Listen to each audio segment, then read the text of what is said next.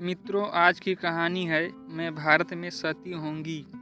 कुछ समय पहले की बात है। किसी ट्रेन के डिब्बे में दो औरतें बैठी होती हैं। तभी एक तीसरी औरत आ जाती है। दो औरतें जो पहले से बैठी होती हैं, उनके पास बहुत सारा सामान होता है जो कि अपने संदूक में लेकर आई हुई होती हैं। और वे दोनों औरतें बहुत सारे गहने पहने हुई होती हैं। उनको देखकर यह लगता है कि वे किसी बड़े घर से हैं।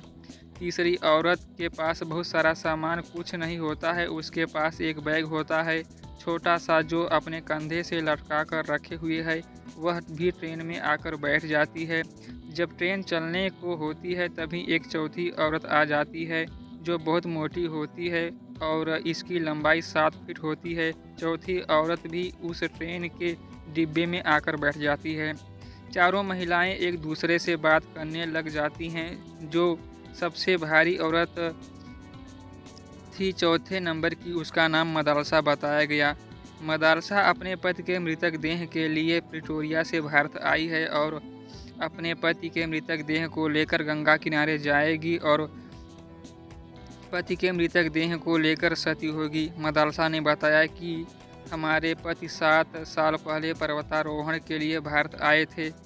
हिमालय के बर्फ में दब गए। अब पता चला है कि उनका शरीर बर्फ में मिला है। तीसरी औरत ने कहा कि सती होना एक अपराध है, आपको यह अपराध नहीं करना चाहिए। परंतु मदालसा किसी औरत की बात नहीं मानी। कहने लगे कि मैं सती होकर रहूँगी। मेरी नानी, मेरी दादी और मेरी माँ भी सती हुई थी। फिर वे खाना खाने लगते हैं।